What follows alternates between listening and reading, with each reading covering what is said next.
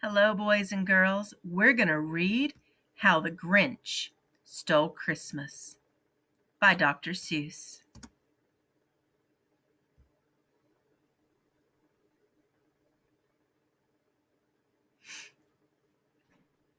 Every Who down in Whoville liked Christmas a lot. But the Grinch, who lived just north of Whoville, did not. The Grinch hated Christmas, the whole Christmas season. Now, please don't ask why. No one quite knows the reason. It could be his head wasn't screwed on just right. Could be, perhaps, that his shoes were too tight. But I think that the most likely reason of all may have been that his heart was 2 sizes too small. But whatever the reason, his heart or his shoes, he stood there on Christmas hating the Whos, staring down from his cave with a sour, grinchy frown at the warm, lighted windows below in their town.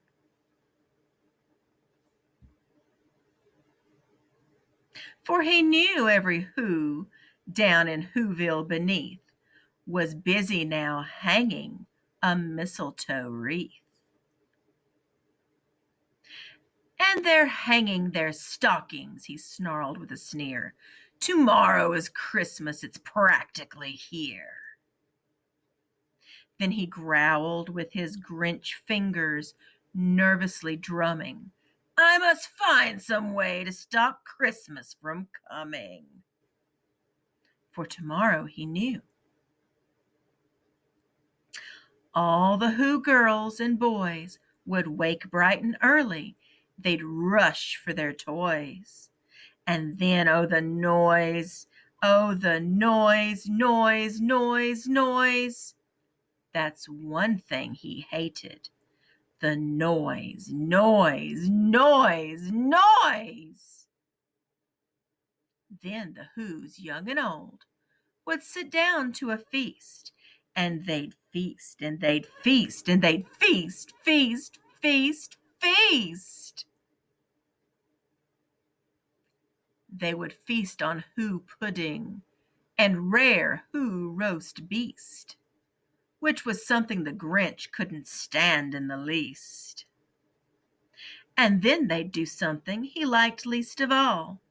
Every Who down in Whoville, the small and the tall, would stand close together with Christmas bells ringing.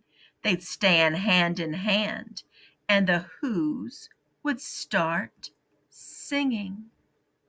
They'd sing and they'd sing and they'd sing, sing, sing, sing.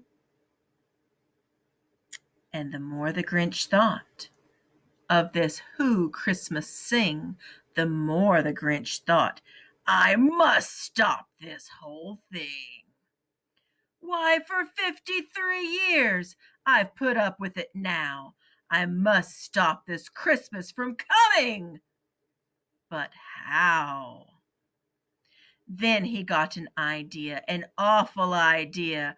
The Grinch got a wonderfully awful idea. I know just what to do, the Grinch laughed in his throat. And he made a quick Santa Claus hat and a coat. And he chuckled and clucked. What a great Grinchy trick. With this coat and this hat, I'll look just like Saint Nick. All I need is a reindeer. The Grinch looked around. But since reindeer are scarce, there was none to be found. Did that stop the old Grinch? No! The Grinch simply said, if I can't find a reindeer, I'll make one instead.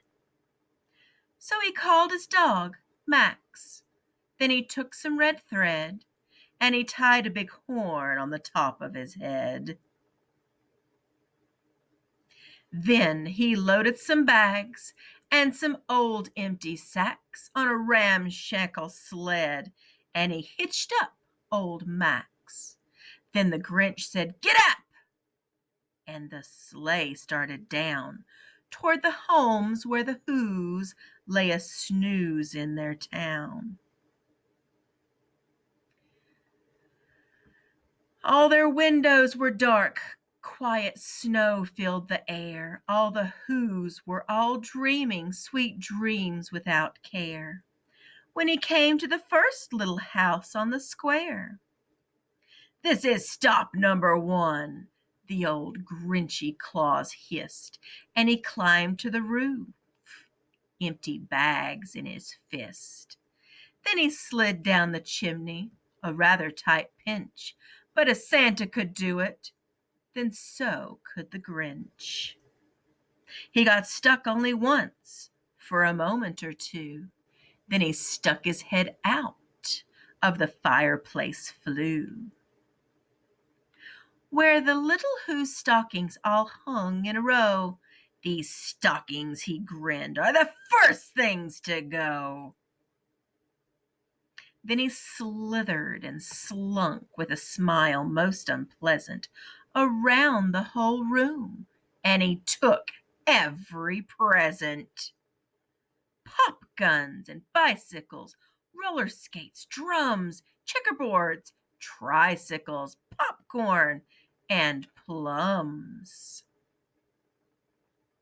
And he stuffed them in bags.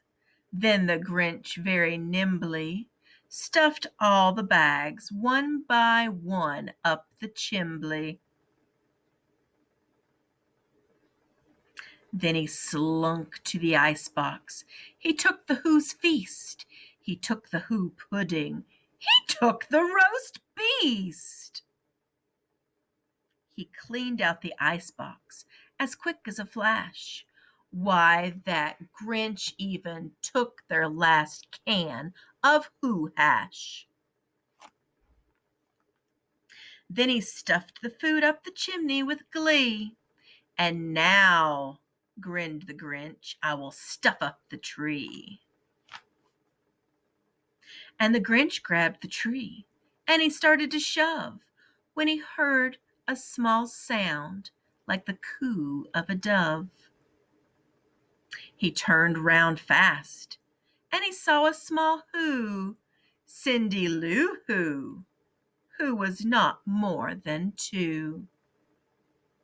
The Grinch had been caught by this tiny Who daughter, who'd got out of bed for a cup of cold water. She stared at the Grinch and said, "Santa Claus, why are you taking our Christmas tree? Why?" But you know that old Grinch was so smart and so slick, he thought up a lie, and he thought it up quick. "Why, my sweet little tot," the fake Santa Claus lied, "there's a light on this tree that won't light on one side. So I'm taking it home to my workshop, my dear. I'll fix it up there, then I'll bring it back here." And his fib fooled the child. Then he patted her head, and he got her a drink, and he sent her to bed.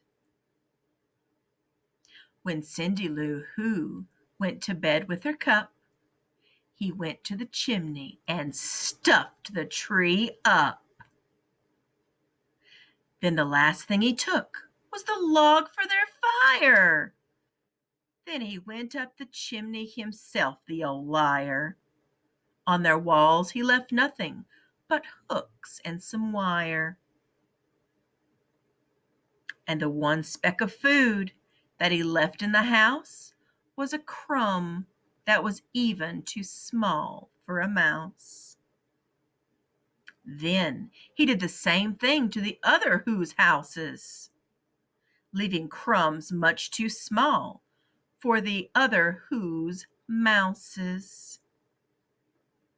It was 1/4 past dawn, all the Who's still abed, all the Who's still a snooze when he packed up his sled.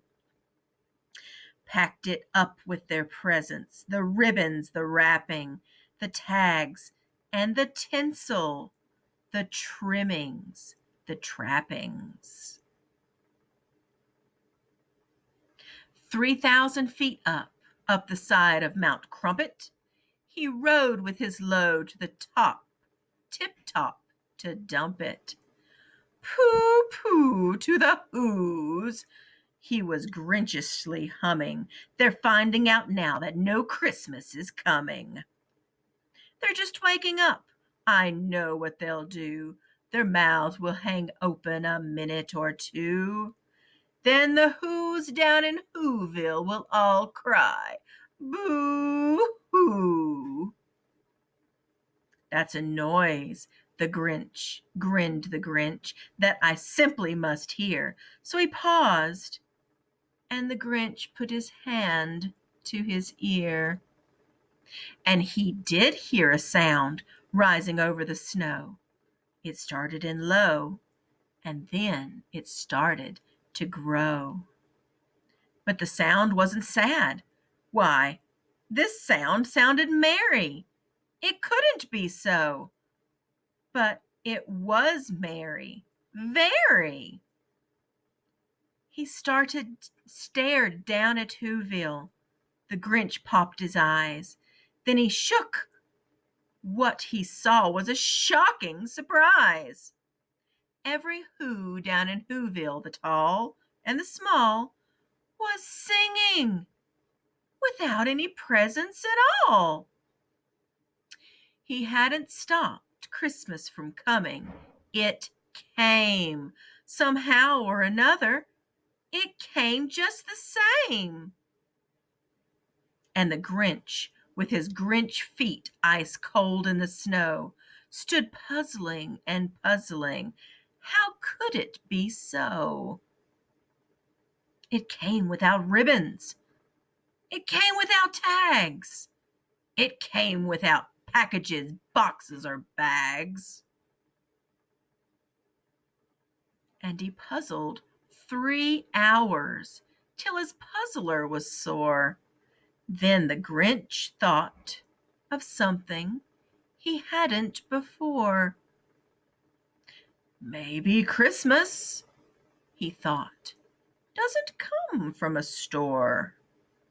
Perhaps maybe Christmas perhaps means a little bit more.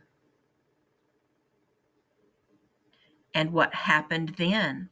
Well, in Whoville they say that the Grinch's small heart grew 3 sizes that day.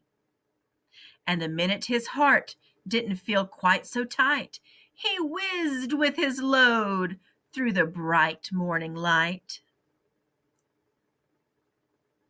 And he brought back the toys and the food for the feast. And he himself, the Grinch, carved the roast beast. How wonderful. Okay. Excellent, excellent. Thank you for listening to The Grinch Who Stole Christmas. Merry Christmas, guys.